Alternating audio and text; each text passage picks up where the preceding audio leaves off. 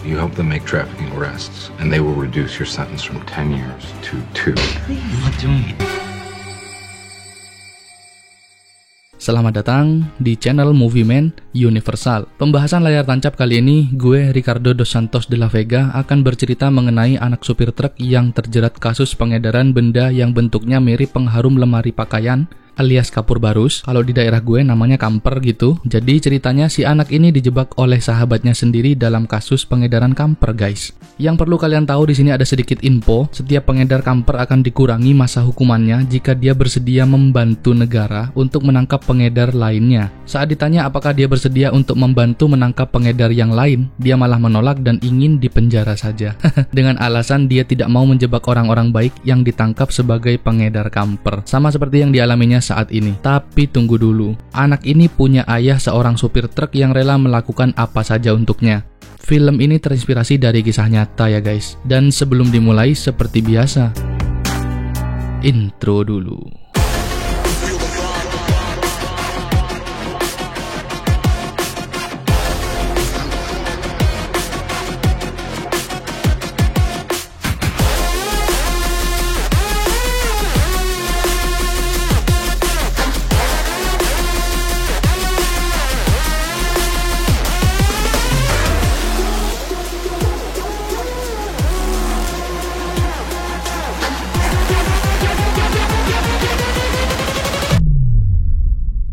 Nasib sial bermula pada saat Jason, si anak mama ini iseng-iseng begitu. Isengnya bukan ngeghosting cewek, tapi berencana mengedarkan permen atas kiriman dari temannya. Biasalah, mungkin karena efek pandemi, nyari kerjaan sulit, makanya ingin jualan permen aja. Saat kiriman datang, Jason merasa deg-degan, dag-dig-dug-dor, karena ini baru pertama kalinya dia menerima paket yang berisikan barang haram ini. Saat dibuka, ternyata ada banyak sekali permen, alias kapur barus, alias pewangi lemari pakaian atau apalah ini, gue juga nggak tahu. Dan di bawahnya ada sebuah alat pelacak berlogo kepolisian Amerika.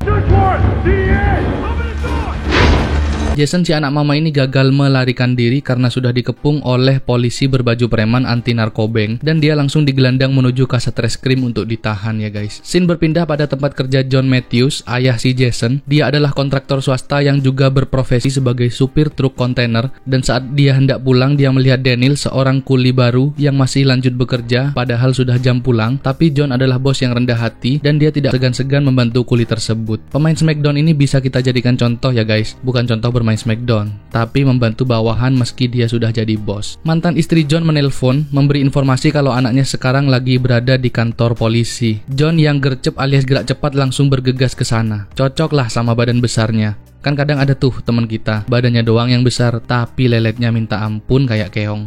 Setibanya di kantor polisi, John bertemu mantan istrinya. Ceritanya mereka udah cerai, tapi karena anak kandung mereka terjerat kasus yang serius, akhirnya mereka bertemu untuk menyelesaikan ini semua. Berdasarkan banyaknya jumlah permen yang ditemukan, Jason divonis bukan sebagai pengguna namun sebagai pengedar, dan dia dijatuhi hukuman selama 10 tahun penjara, padahal si Jason ini baru mau masuk perguruan tinggi.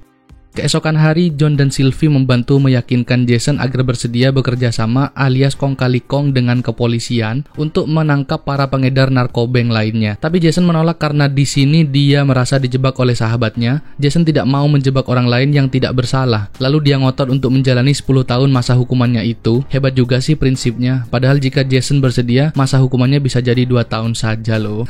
Ya wis lah karepmu.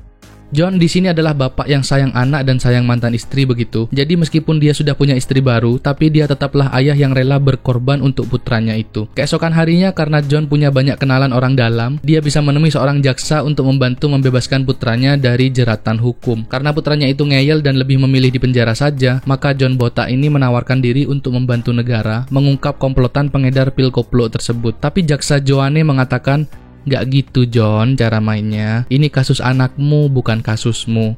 Lalu John ini meninggalkan ruangan tersebut karena masih ada meeting. Sepulangnya dari sana, John berkunjung untuk menjenguk keadaan putranya yang dipenjara, dan nampaknya dia mulai gak betah karena kondisi di dalam penjara tidak seperti yang dia pikirkan.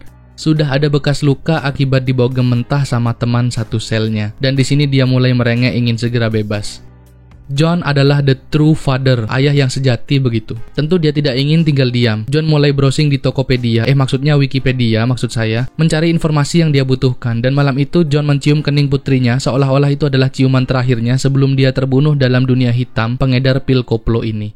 John coba melaku-melaku, ingin membeli dari sekumpulan preman, tapi yang ada dia malah dihajar.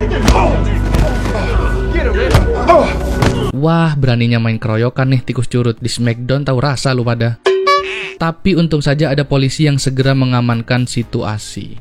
Keesokan harinya si John kembali menemui jaksa dan terus memaksa agar dia bisa mengungkap komplotan pengedar narkobeng dan mengurangi hukuman putranya itu. Tapi di sini jaksa ingin John memberikan bukti atas ucapannya itu, nggak sekedar ngomong doang. Kemudian John menemui salah satu kulinya yang ternyata adalah bekas narapidana pengedar narkobeng. Dia adalah Daniel. Di sini John tahu kalau Daniel dan keluarganya saat ini sedang dilanda kesulitan ekonomi. Makanya John nawarin duit biar dia bisa ketemu dengan bandarnya. Daniel setuju untuk mempertemukan John. Mereka mendatangi sebuah rumah tua tempat para bajingan berkumpul. Sementara itu, John mempersiapkan alat perekam untuk dijadikan bukti pada jaksa kalau dia telah berhasil sampai pada bos narkoboy kelas tinggi bernama Malik. Di sini John bukannya mau membeli pil koplo atau sejenisnya, tapi dia menawarkan jasa kurir gratis ongkir untuk mengirimkan barang-barang dari Malik dengan aman. Untuk membuktikan kalau John bukanlah polisi, Malik menodongkan pistol dan John terlihat sangat ketakutan. Dari sinilah Malik percaya kalau John bukanlah polisi. Di mata Malik, John adalah orang yang lagi kepepet, butuh duit gitu, dan siap membantu Malik mencari nafkah demi sesuap martabak. John kembali menemui jaksa dan menunjukkan bukti konkret rekaman tersebut.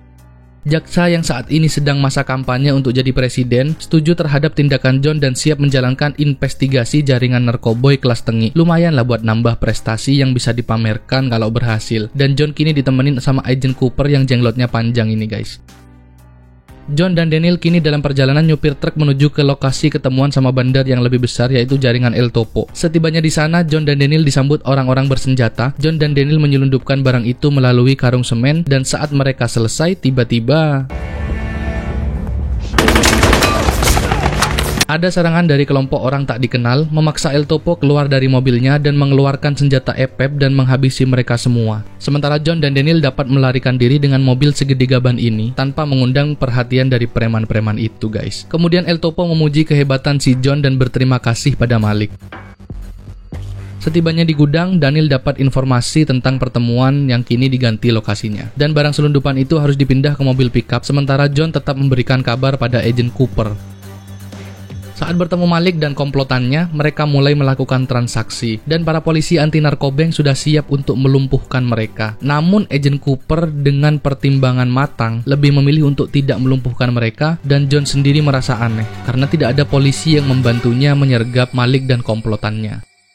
Pagi keesokan harinya, John menemui jaksa dan Agent Cooper. John ngamuk bagai badak membabi buta. Badak kok membabi buta sih? Ya membabi badak lah. Membadak buta lah.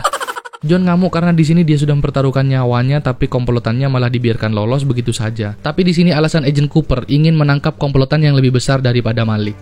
Saat kembali ke rumah, dia kaget di sana ada Malik dan anak buahnya. Ternyata Malik ingin John kembali bekerja untuk El Topo, dan Malik mengancam akan menghabisi keluarga John jika tidak bagi-bagi duit dari El Topo. Secara El Topo adalah pemain besar. Malik sangat tergiur untuk bisa lanjut berbisnis dengan El Topo. Mereka bertiga langsung menuju ke kediaman El Topo. John hanya diperbolehkan masuk sendiri dan dia berpapasan langsung dengan si juragan cungu ini. John diberi tugas untuk memindahkan seluruh aset kekayaan jaringan El Topo, uang cash yang sangat banyak jumlahnya. Dan kalau berhasil, John akan dapat bagian $250.000. John melaporkannya pada jaksa Joanne dan Mini Cooper, Agent Cooper. Jaksa sangat senang mendengar kabar dari John karena ini bisa meningkatkan popularitasnya sebagai calon presiden jika dia bisa menangkap dedengkotnya. Menurut Intel, El Topo adalah mantan militer yang beralih profesi jadi bandar permen. Jaksa meminta John untuk membantunya meringkus El Topo dan jika itu berhasil, putranya akan langsung dibebaskan. Itulah kesepakatannya, sangat adil dan bijaksini. Film hampir selesai guys. John menemui Daniel untuk berbicara empat mata tentang rencananya, dan gue juga nggak tahu mereka merencanakan apa. Keesokan harinya mereka beraksi. John terus diawasi oleh polisi anti narkoba Kasat Resort Kriminal, sementara Daniel diam-diam menyerang anak buah Malik untuk meminta nomor HP El Topo. Bukan untuk PDKT, karena Daniel ini nggak homo, tapi untuk dilacak posisinya oleh Agent Cooper. I need a number on El Topo, bro.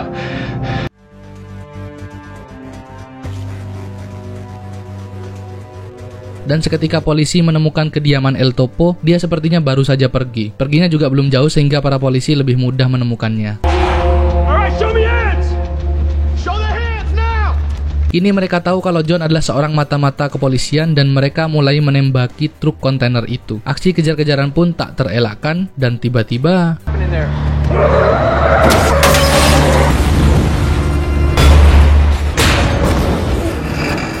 misi berhasil dengan barang bukti berupa uang tunai 83 juta US dollar atau setara dengan 1,1 triliun rupiah beserta persenjataan yang digunakan untuk kejahatan di muka bumi ini. Film ini berakhir dengan ending yang mengharukan dan meneteskan air mata karena Daniel dan John bisa kembali berkumpul bersama keluarganya. Di sini kita bisa menyimpulkan bahwa John adalah the true heroes bagi keluarganya. Meskipun dia sudah bercerai, tapi anak tetaplah anak yang menjadi tanggung jawab kedua orang tuanya. Seperti pepatah bilang, harta yang paling berharga adalah harta warga.